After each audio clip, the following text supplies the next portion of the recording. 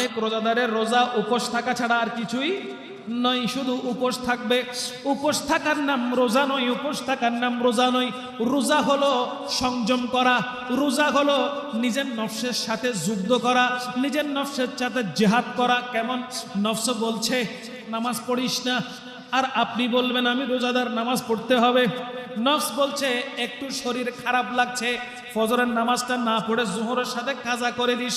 আপনি বলবেন শরীর খারাপ করলে নয়, মালাকুল মওত যদি এসে যায় আমি তাকে বলবো একটু সময় দে, আগে নামাজ পড়ে নি। আউযু বিল্লাহি মিনাশ শাইতানির রাজীম। বিসমিল্লাহির রহমানির রহিম। ইয়া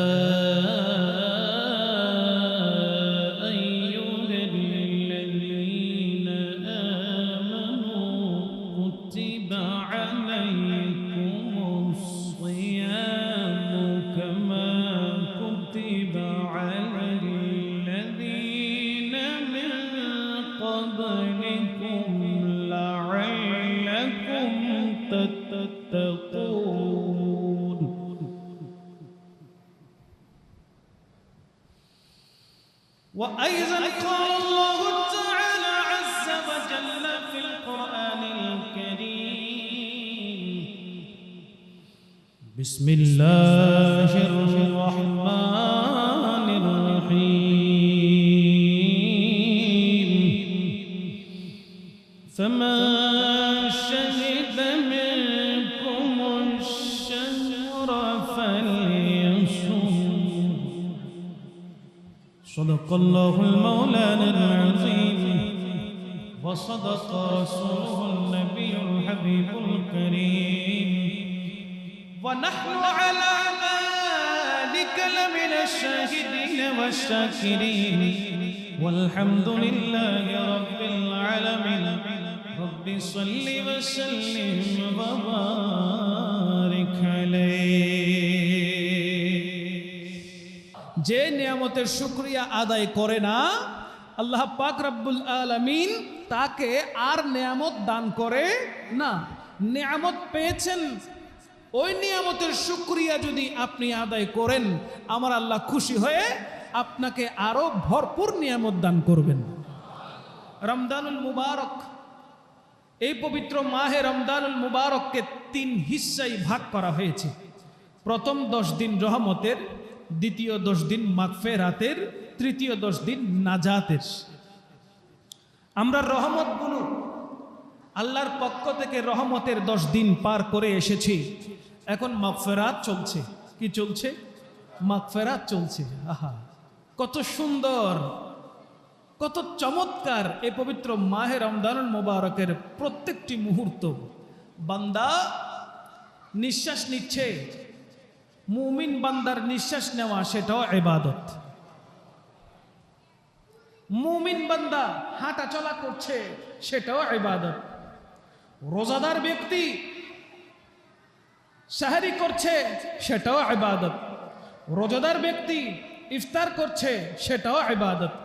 রোজাদার ব্যক্তি মাসওয়াক করছে সেটাও ইবাদত। এক কথায় রোজাদার ব্যক্তির আপাদ মস্তক যা ঘটনা ঘটছে, যা কিছু করছে, যত কর্ম সম্পাদন করছে, প্রত্যেকটি নেক কাজ আল্লাহর দরবারে ইবাদত হিসেবে লেখা হয়ে যাচ্ছে। এরকম নিয়ামতের দিনগুলো, নিয়ামতের মাসগুলো মুহূর্তের মধ্যে চোখের পলকে শেষ হয়ে যায়। আজ পবিত্র রমজানুল মুবারক আসতে না আসতেই 10টা রোজা কোন দিকে পার হয়ে গেল, 20টা রোজা কোন দিকে চলে যাচ্ছে, 30 রোজা কখন চলে যাবে আমরা টেরও পাবো না। কথা বলেন ঠিক না? এই রোজা আল্লাহর পক্ষ থেকে তার বান্দাদের জন্য বড় রহমত। এই রমজানুল মুবারকের মধ্যে আল্লাহ পাক রব্বুল আলামিন তার বান্দার গুনাহ এমন ভাবে মাফ করে দেন। এই পবিত্র মাহে রমজানুল মুবারকে প্রত্যেক দিন ডেইলি আল্লাহ পাক রব্বুল আলামিন জাহান্নামীদেরকে জান্নাতের সুসংবাদ দান করে। আমরা দোয়া করব, ফরিয়াদ করব, যে ওগো বারে ইলাহি, এই পবিত্র রমজান মুবারকে তুমি যাদেরকে মাফ করে দিয়েছ, যাদেরকে জান্নাতে পৌঁছে দিচ্ছ, আল্লাহ তুমি দয়া করে আমাদের প্রত্যেকের নামখানা ওই জান্নাতীদের লিস্টের মধ্যে তুমি লিপিবদ্ধ করে নাও। এই রোজা শুধু উপোস থাকার নাম রোজা নয়, শুধু উপোস থাকার নাম রোজা। এই রোজা পেলাম কিভাবে? আল্লাহ পাক রব্বুল আলামিন কোরআনুল কারীমের মধ্যে ইরশাদ করছেন, বিসমিল্লাহির রহমানির রহিম, সূরা বাকারা আয়াত নম্বর 182। ইয়া আইয়ুহাল্লাযীনা আমানু কুতিবা আলাইকুমুস সিয়ামু কামা কুতিবা আলাল্লাযীনা মিন ক্বাবলিকুম কুতিবা আলাল্লাযীনা মিন ক্বাবলিকুম লাআল্লাকুম তাত্তাকুন। আমার আল্লাহ জানিয়ে দিচ্ছেন, হে ঈমানদারগণ, তোমাদের উপরে রোজাকে ফরজ করা হয়েছে। কুতিবা আই ফরিদা, রোজাকে ফরজ করা হয়েছে। আলাইকুমুস সিয়ামু কামা কুতিবা আলাল্লাযীনা মিন ক্বাবলিকুম, তোমাদের পূর্ববর্তীদের উপরে যেমন রোজাকে ফরজ করা হয়েছিল, তোমাদের উপরেও এই রোজাটাকে ফরজ করা হয়েছে। রোজা ফরজ হলে রাখতে হয় কি হয় না? আল্লাহ পাক রব্বুল আলামিন বলতে লাগলেন, রোজাকে রাখো, যে রাখলে কি হবে? লাআল্লাকুম তাত্তাকুন, যাতে তোমরা খোদাভীরু হতে পারো। বলেন না সুবহানাল্লাহ। এই রমজান মুবারকের প্রত্যেকটি রোজা যে ব্যক্তি পালন করবে, খুশু হুজুর সাথে এই রোজা যারা পালন করবে, আমার আল্লাহ পাক রব্বুল আলামিন হাদিসে কুদসির মাধ্যমে জানিয়ে দিচ্ছেন, আসসামুলি ওয়া আনা আজজি বিহি। অপর রিওয়ায়াতে আসছে,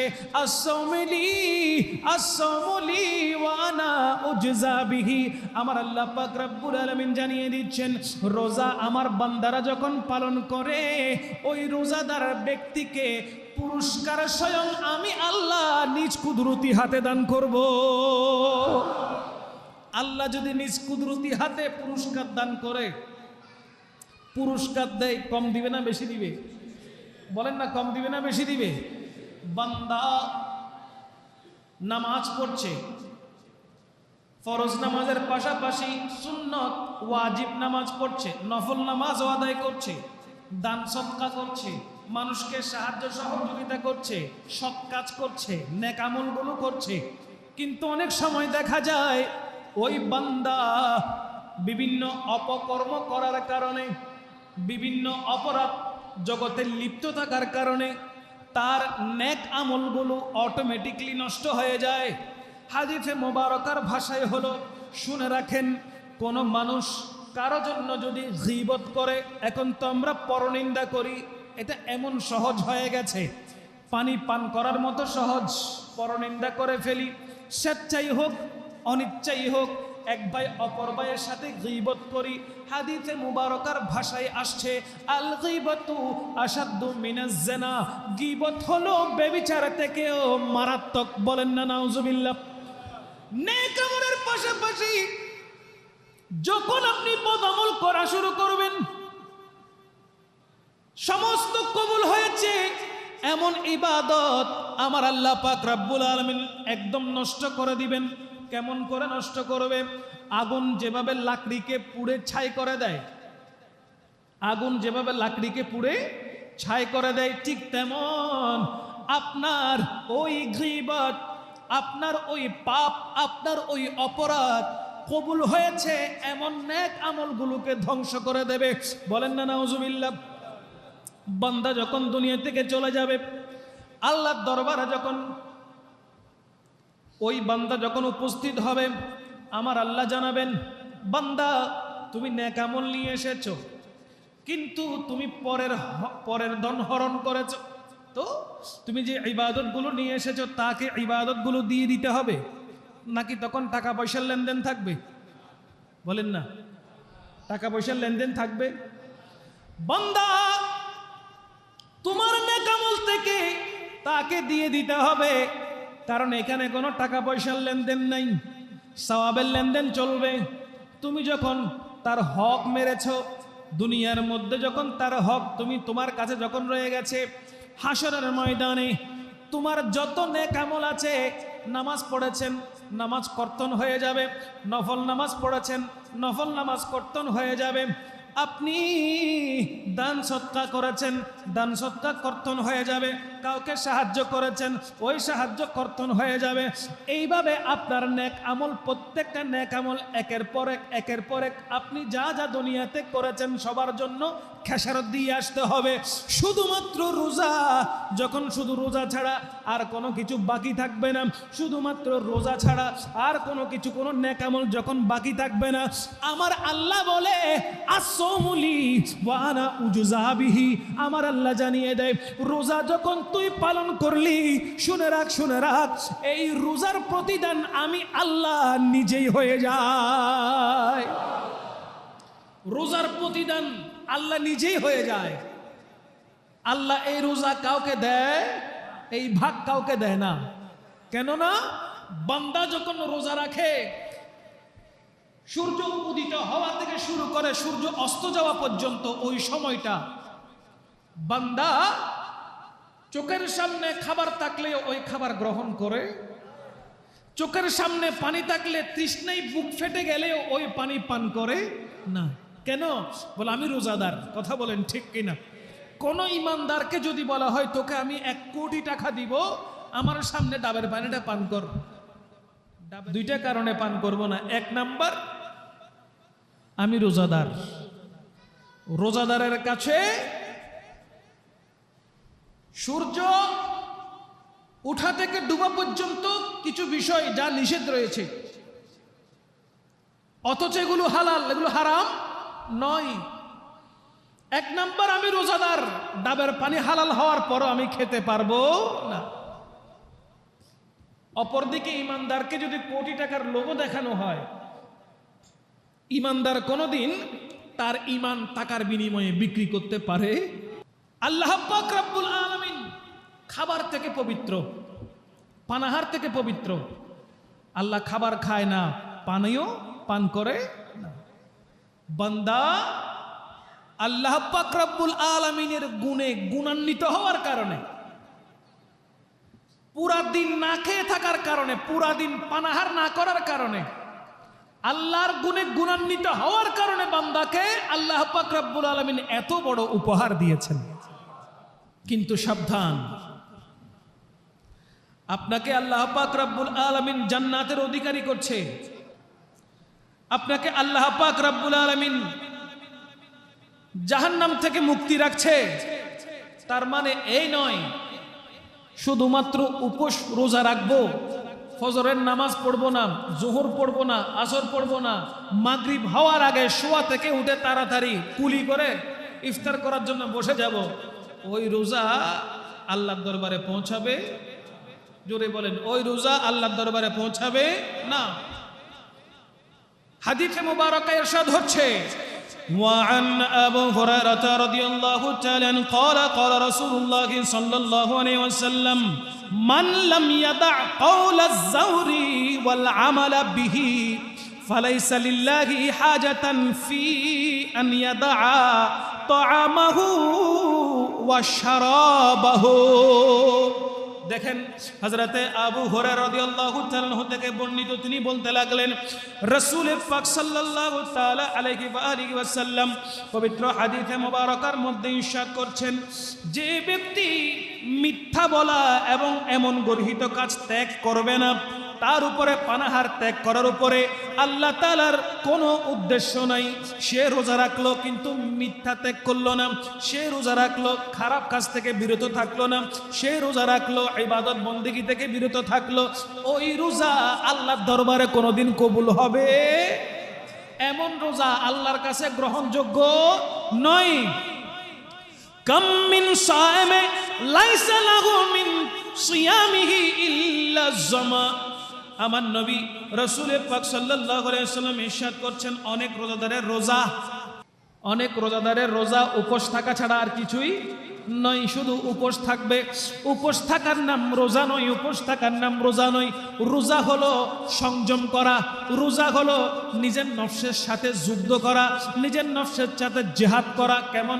নফস বলছে নামাজ পড়িস না, আর আপনি বলবেন আমি রোজাদার, নামাজ পড়তে হবে। নফস বলছে একটু শরীর খারাপ লাগছে, ফজরের নামাজটা না পড়ে জোহরের সাথে কাজা করে দিস। আপনি বলবেন শরীর খারাপ করলে নয়, মালাকুল মওত যদি এসে যায় আমি তাকে বলবো একটু সময় দে, আগে নামাজ পড়ে নি। নামাজকে বলো না কাজ আছে, কাজকে বলো আমার নামাজ আছে। ঠিক না? নামাজকে বলো না কাজ আছে, কাজকে বলো আমার নামাজ আছে। একজন কাফের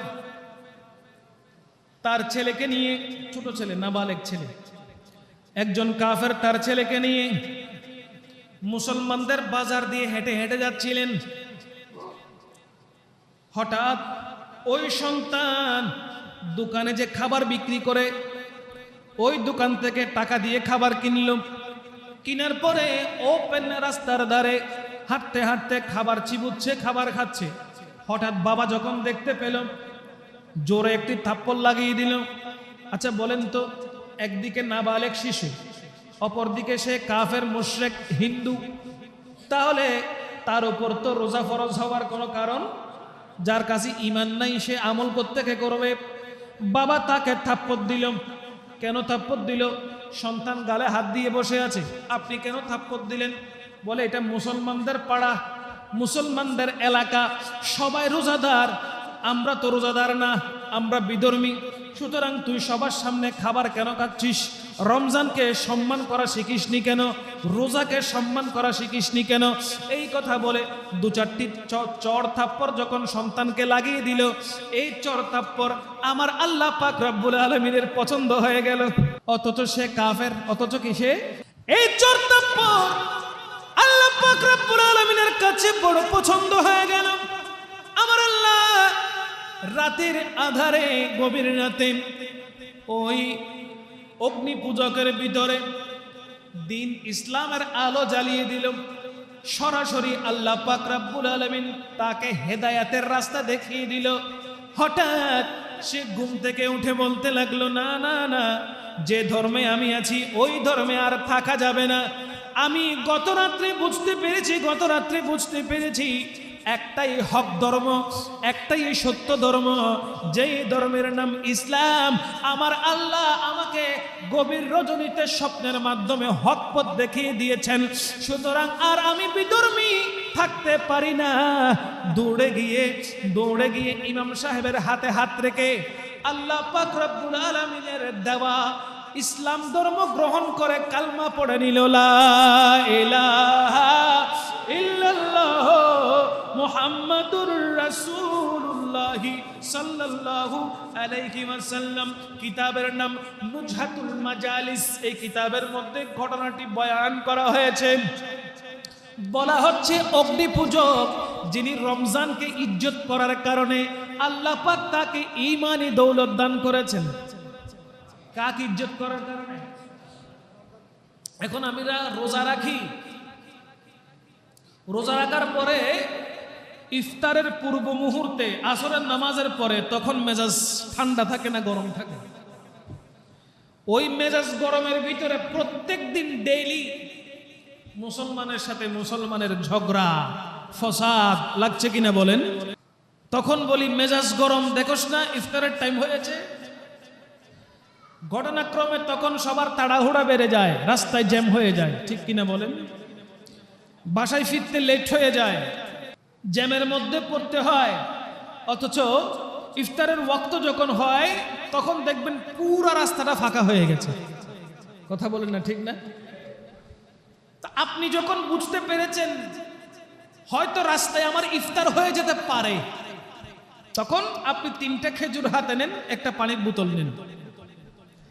ইফতার মানে রোজা খোলা। ওইটা যদি একটা খেজুর বিসমিল্লাহির রহমানির রহিম বলে একটা খেজুর মুখে দেন, আপনার রোজা খুলে যাবে, ইফতার হয়ে যাবে। ইফতার মানে এই নয় থালা বাসনকে সামনে নিয়ে হরেক রকমের আইটেম সামনে রেখে ইফতার করতেই হবে বাধ্যতামূলক, এটার নাম ইফতার নয়। আপনি যখন খেজুর মুখে দিয়েছেন আপনার রোজা হয়ে গেছে, ইফতার ভেঙে গেছে। পানি পান করেছেন হয়ে গেছে, একটু দুধ পান করেছেন হয়ে গেছে, মোটামুটি কণ্ঠনালীর থেকে নিচে গিয়ে যাওয়ার সাথে সাথে আপনার রোজা শেষ, রোজা ভেঙে গেছে। তার জন্য তাড়াহুড়া করে মেজাজ গরম করে মানুষের সাথে ঝগড়া বিবাদ করে ঘরে আগে পৌঁছাইতে হবে, এটার কোনো বিধান শরীয়তে নাই। আপনি বুঝতে পেরেছেন আপনাকে ঘরে ফিরতে ফিরতে মাগরিবের আজান রাস্তায় হয়ে যাবে, তখন আপনি কি করবেন? একটা পানির বোতল নিয়ে গাড়িতে উঠে যাবেন, কোনো ঝগড়া নাই। আপনার যখন আপনার মাথায় রাগ চেপে বসবে, সাথে সাথে আপনি তাসবিহ পড়া শুরু করবেন, আস্তাগফিরুল্লাহ পড়া শুরু করবেন, ইস্তিগফার পড়বেন, লা হাওলা ওয়ালা কুওয়াতা ইল্লা বিল্লাহিল আলিল আযীম পড়বেন, দরুদ শরীফ আদায় করবেন। দেখবেন সাথে সাথে আপনার মাথা একদম ঠান্ডা হয়ে গেছে, আপনার ভিতরে ধৈর্য ধারণ করার ক্ষমতা বেড়ে গেছে এবং আপনি সবর ইখতিয়ার করে আল্লাহর পক্ষ থেকে পুরস্কার পাওয়ার জন্য ব্যবস্থা আল্লাহ করে দিয়েছেন। জোরে বলেন না সুবহান। আল্লাহর পক্ষ থেকে পুরস্কার নিতে চাই কি চাই না? নাকি শয়তানকে খুশি করতে চাই? শয়তান বন্দী আছে, জঞ্জির দিয়ে বন্দী করে রেখেছে, কিন্তু আমাদের খাসলতের কারণে আমরাই জাহান্নামের ঠিকানা বানিয়ে নিই। কথা বলেন ঠিক না? তারপর দেখেন সেহেরি করার টাইম যখন হয়, তখন আমাদের ঘুম থেকে উঠতে ইচ্ছা হয় না, যদিও বা উঠে যায় কোন রকম মুখের মধ্যে কয়েকটা কুলি করে গপ গপ খাবার খেয়ে আবার শুয়ে যায়।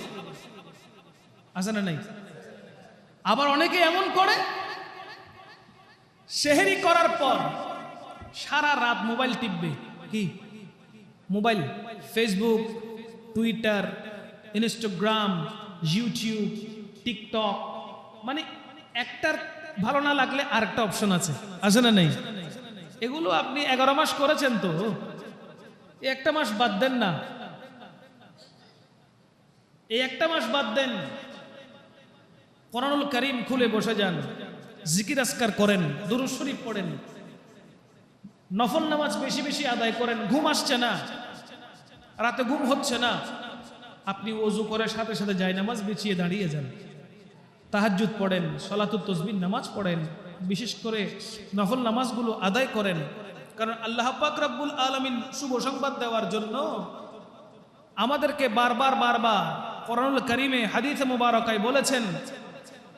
আমার রাসূল পাক সাল্লাল্লাহু আলাইহি ওয়াসাল্লাম ইরশাদ করছেন, আন্না আবা হুরায়রা রাদিয়াল্লাহু তাআলা ক্বালা সামি'তু রাসূলুল্লাহি সাল্লাল্লাহু আলাইহি ওয়াসাল্লাম ইয়াকুলু লিরমদানা মান কামাহু ঈমানান ওয়া ইহতিসাবান গুফিরা লাহু মা তাকদ্দামা মিন যানবিহি। রাসূল পাক সাল্লাল্লাহু আলাইহি ওয়াসাল্লাম হাদিসে মুবারাকায় ইরশাদ করছেন, যে ব্যক্তি পবিত্র রমজান মুবারকে ঈমানের সাথে সওয়াবের আশায় দাঁড়িয়ে যাবে, মানে নামাজ পড়বে। কিসের নামাজ? ফরজ নামাজ নয়, তারাবির নামাজ পড়বে, নফল নামাজগুলো আদায় করবে। মা তাকদ্দামা মিন যানবিহি, আমার আল্লাহ পাক রব্বুল আলামিন ওই নামাজগুলোর কারণে তার অতীতের গুনাহগুলোকে মাফ করে দেবে। তাহলে আমাদের উচিত হচ্ছে মোবাইল টিপা নয়, আমাদের উচিত হচ্ছে নামাজ আদায় করা। আমাদের উচিত হচ্ছে সারা রাত ধরে আল্লাহ পাক রব্বুল আলামিনের দরবারে চোখের পানি ছেড়ে দিয়ে কান্নাকাটি করা। আর সেই জায়গায় অনেকে এমন আছে রাতভর মোবাইল টিপবে, সেহরি করার পর ওই সাইরেন কিংবা আজান, সেহরির ওয়াক্তে যখন আজান হয় 1 মিনিট আগে একদম ইচ্ছা মতো 1 লিটার পানি পান করে নিবে, ডক ডক করে। কথা বলেন ঠিক না? আসলে নাই, হাতের গ্লাস হাতে নিয়ে বসে আছে, গড়ির কাটার দিকে তাকিয়ে আছে, আর 2 মিনিট আছে, আর 1 মিনিট আছে, ইচ্ছা মতো পানি পান করবে। পানি পান করলে পেট ফুলে যায় নাকি বসে থাকে? হাঁটলে পানিগুলো পেটের ভিতরে করে কি করে না? বিজ্ঞান বলছে ইচ্ছা মতো যদি খুব দ্রুত আপনি পানি পান করেন, কিছুক্ষণ পর নামাজ পড়বেন, নামাজের ভিতরে কষ্ট আছে না নাই? শুইতে গেছেন সেখানেও কষ্ট হবে যদি বেশি খাবার আপনার পেটে চলে যায়, বেশি পানি আপনার পেটে চলে যায়। কমপক্ষে আপনাকে 1 ঘন্টা হাঁটাচলা করতে হবে। আচ্ছা, শুয়ে গেলেন, ওই কষ্ট করে শুয়ে গেলেন, মনে করেন ঘুমাচ্ছেন, আপনার মূত্রথলি আপনাকে কিডনি ড্যামেজ করার জন্য যথেষ্ট। কথা বলেন ঠিক কিনা? পানি পান করেছেন ইচ্ছা মতো। আমার নবী বলছেন আস্তে আস্তে পান করো, 1450 বছর আগে বলে গেছেন, ধীরে ধীরে পানি পান করো। আর আপনি বোতল যেটা মুখে দিয়েছেন, যতক্ষণ শেষ হয় না ততক্ষণ চুমুক দিয়েছিলেন। বোতলের পানিগুলো যখন পেটে গেল তখন আপনার পেট নাই, ঢোলক হয়ে গেল। ঠিক না? ক্ষতিকার নিজের, বলেন না ক্ষতিকার নিজের। বিজ্ঞান বলছে এমন করো না, ডাক্তাররা নিষেধ করে। ইচ্ছা মতো পানি এইভাবে পান করো না। আপনি মনে করছেন সারাদিন যখন উপোস থাকতে হবে, তাহলে ইচ্ছা মতো পানি পান করলে আর পানির পিপাসা লাগবে না। এটা এরকম ভুল ধারণা আছে না নাই? কথা বলেন না, আছে না নাই? আপনি শুয়ে গেলেন, মূত্রথলিতে আপনার প্রস্রাবগুলো জমে গেল, আপনি ঘুমান থেকে উঠতে পারছেন না, 6 ঘন্টা 7 ঘন্টা আপনাকে ঘুমাতে হচ্ছে।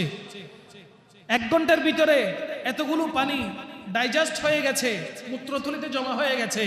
যতক্ষণ প্রস্রাব করবেন না ততক্ষণ কিডনিকের মধ্যে ওই আপনার মূত্রথলি থেকে আঘাত আসবে কি আসবে না? সুতরাং আপনাকে রোজা 1 বছরে একবারে আসে, ওটা আপনাকে দেওয়া হয়েছে আপনার আত্মাটাকে কন্ট্রোল করার জন্য।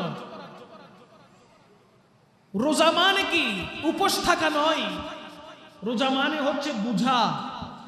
যারা অভুক্ত, যারা খেতে পারে না, যারা অনাহারে থাকে, তাদের কষ্ট কেমন হয় ধনীরা বুঝে না, যখন সে উপোস থাকে তখন বুঝে দরিদ্রদের উপোস থাকা কত কষ্ট।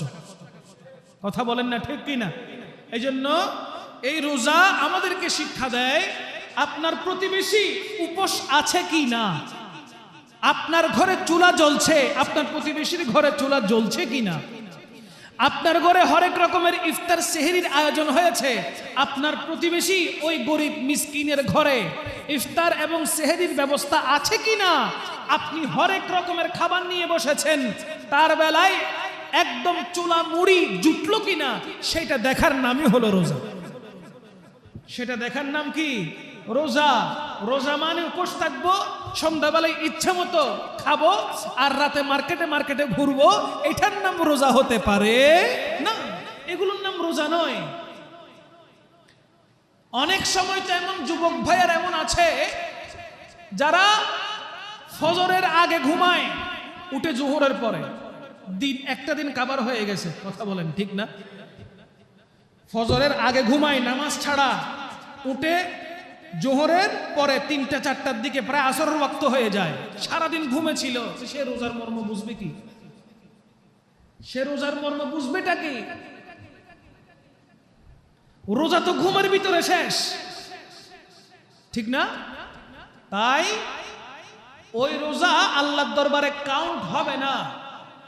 যে রোজা রাখার পরে কোনো ইবাদত থাকে না, শুধু ঘুমের মধ্যে রোজা পার করে দেন, ওই রোজা কিন্তু আল্লাহর দরবারে কোনোদিন গ্রান্টেড হবে না।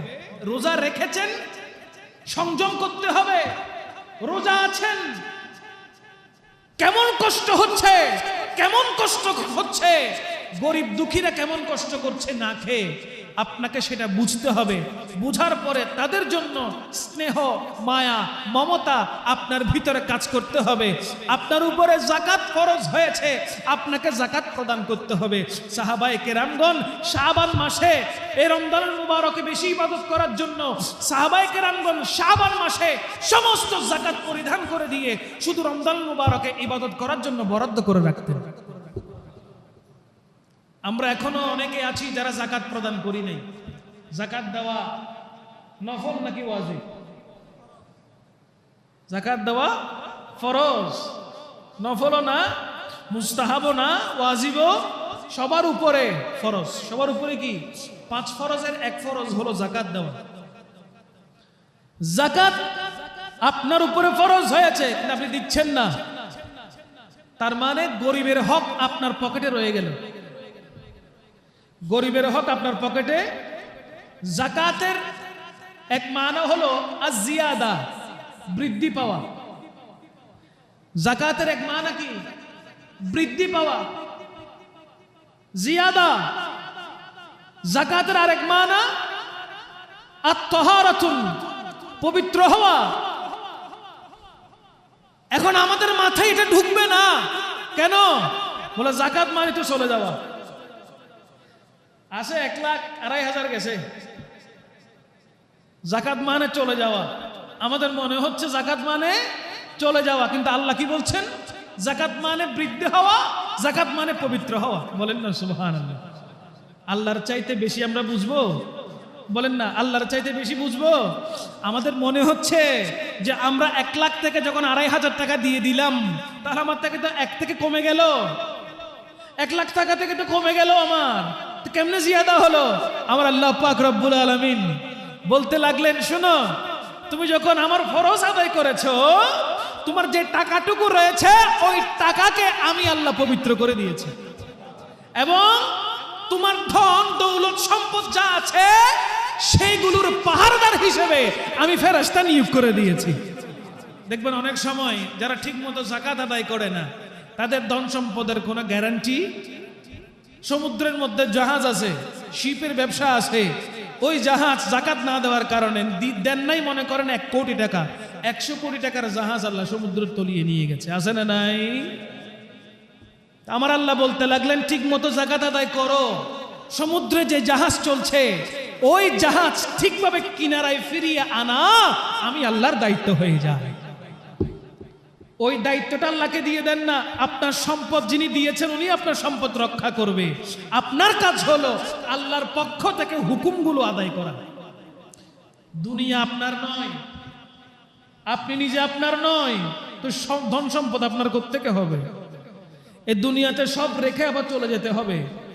জিরো থেকে হিরো হয়েছেন, আবার হিরো থেকে জিরো হয়ে কবরে চলে যেতে হবে, ঠিক কিনা বলেন? হাতগুলো খোলা থাকবে, মুষ্টি করা থাকবে না। পাঞ্জাবির মধ্যে পকেট আছে, জুব্বার মধ্যে পকেট আছে, কিন্তু এহরামের কাপড়ে কিংবা কাফনের কাপড়ে কোনো পকেট, কোনো কিছু নিয়ে যেতে পারবেন না।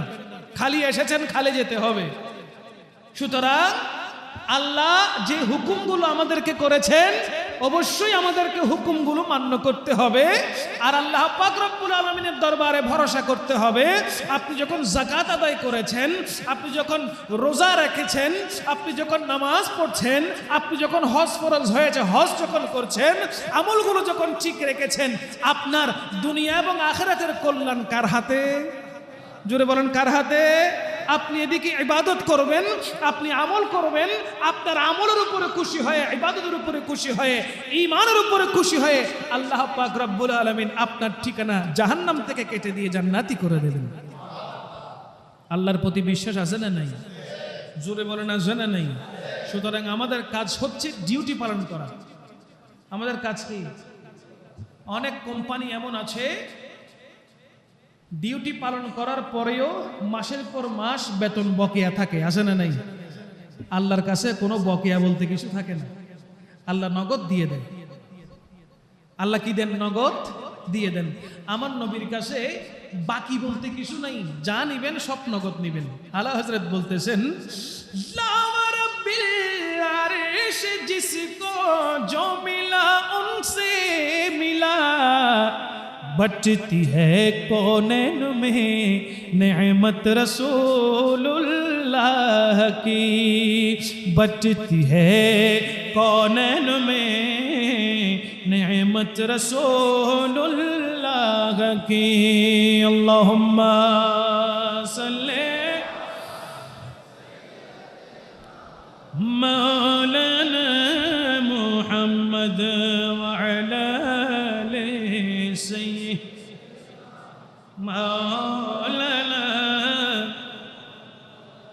আল্লাহর পক্ষ থেকে নিয়ামত বরাদ্দ থাকবে। সুতরাং ওই নিয়ামত আমরা নিব। নিয়ামত নিয়ে আল্লাহর নিয়ামত, আল্লাহর দয়া, আল্লাহর রহমত পেয়ে আমাদের ঠিকানা আমরা জান্নাত করব ইনশাআল্লাহ। বলেন, দেখেন, কেউ যদি রোজা রেখেছে, ইচ্ছাকৃত রোজা যদি ভাঙে তাহলে কিন্তু মারাত্মক ফেসে যাবে। ইচ্ছাকৃত রোজা ভাঙলে, আপনার উপর রোজা ফরজ হয়েছে, আপনি রোজা রেখেছেন, ইচ্ছাকৃত রোজা ভেঙে গেছে, তাহলে 1 নাম্বার 60 রোজা কন্টিনিউ রাখতে হবে। কন্টিনিউ, মাঝখানে যদি বাদ পড়ে যায় আবার প্রথম থেকে রাখতে হবে। মোট কয়টা রোজা? 60 রোজা। সেটা যদি না পারেন 60 জন মিসকিনকে খাওয়াতে হবে। 60 জন মিসকিনকে খাওয়াতে হবে। রোজা যদি ইচ্ছাকৃতভাবে ভাঙেন, কাজাও করতে হবে, কাফারাও দিতে হবে। আমার রাসূল পাক সাল্লাল্লাহু আলাইহি ওয়াসাল্লাম বলতে লাগলেন, রমজানুল মুবারকের 1 রোজা ভেঙে ফেলা, কিয়ামত পর্যন্ত নফল রোজা রাখা, যদি সে কিয়ামত পর্যন্ত নফল রোজাও রাখলো, ওই রমজানুল মুবারকের একটি ফরজ রোজার সমতুল্য কখনো হবে। সাবধান, রোজা যাতে না ভাঙে সেই দিকে খেয়াল করতে হবে।